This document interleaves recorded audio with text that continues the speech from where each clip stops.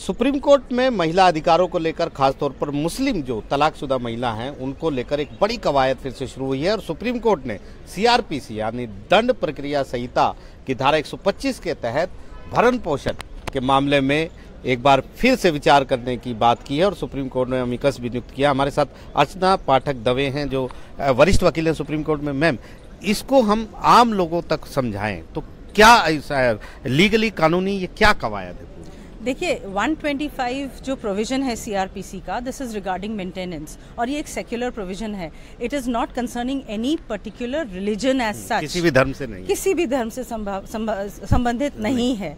अब जो शाहबानो का केस शुरू में हुआ था उसमें उन्होंने जजेस ने यही कहा था ऑनरेबल सुप्रीम कोर्ट के that this 125 is a secular provision applicable to all religions. Now what happened was in 1986 उस शाहबानो के जजमेंट को निगेट करने के लिए there was an act which was passed which is called, which starts as protection of Muslim women.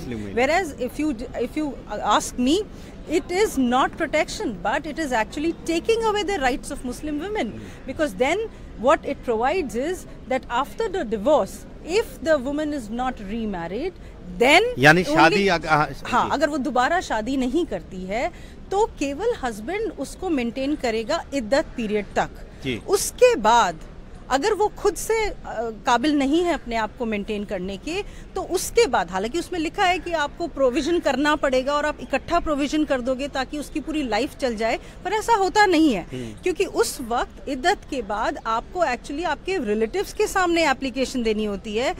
उस Muslim women के पास जितनी property है वो आफ्टर हर डेथ उसके रिलेटिव्स में किस प्रोपोर्शन में बटेगी, उस प्रोपोर्शन में रिलेटिव्स उसको मेंटेनेंस देंगे। आप समझ सकते हैं this is such a cumbersome procedure. तो एक तरह से आपने जो कानून बनाया वो प्रोटेक्शन का था but it takes away your rights.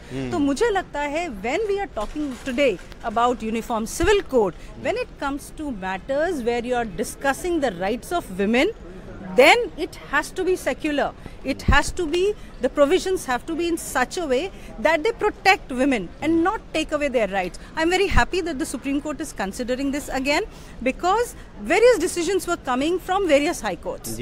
Some saying that yes, 125 could have been applied or maybe different set of circumstances में अलग तरह से decisions आ रहे थे। तो अच्छा है एक बार अगर सुप्रीम कोर्ट फाइनली इस पे डिसाइड करेगा तो मुझे लगता है ये decision will be in favour of Muslim women. तो कुल मिलाकर मुद्दा ये है कि सीआरपीसी की धारा 125 है जो देश में सभी धर्मों की महिलाओं को भरण पोषण का, गुजारे भत्ते का अधिकार देता है, और दूसरी तरफ एक पर्सनल लॉ है जो मुस्लिम महिलाओं के लिए लाया गया सुप्रीम कोर्ट के शाहबानो फैसले को पलटने के लिए, जिसमें मुस्लिम महिलाओं के लिए एक बाकायदा कानून बनाया गया कि किस तरीके से वो जो हैं वो गुजारा भत्ता पति से ले सकती हैं। तो आपको अब आगे की ये क्या कवायद होगी, क्योंकि अब एक बार फिर से ये बहस शुरू हो गई है और एक बार फिर सुप्रीम कोर्ट इसमें एक्टिव हो गया क्योंकि शाहबानो में तो वो रूल कर दिया था सरकार ने उस समय 1980। मुझे लगता है ये बहुत ही पॉजिटिव मूव है। देखिए मैटर सब जुडिस है, हमें बहुत ज्यादा बात नहीं करनी चाहिए उसके बारे में, लेकिन मुझे लगता है ये issue once and for all settle होना चाहिए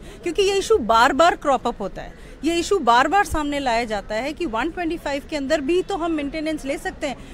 when it is across all religions, then why not only मुस्लिम को? yes, आप केवल मुस्लिम वुमेन को क्यों नहीं उसके अंदर लाना चाह रहे हैं? मुझे लगता है it is a very very positive step just to make sure that whatever the correct legal position is should come out, there should be no ambiguity.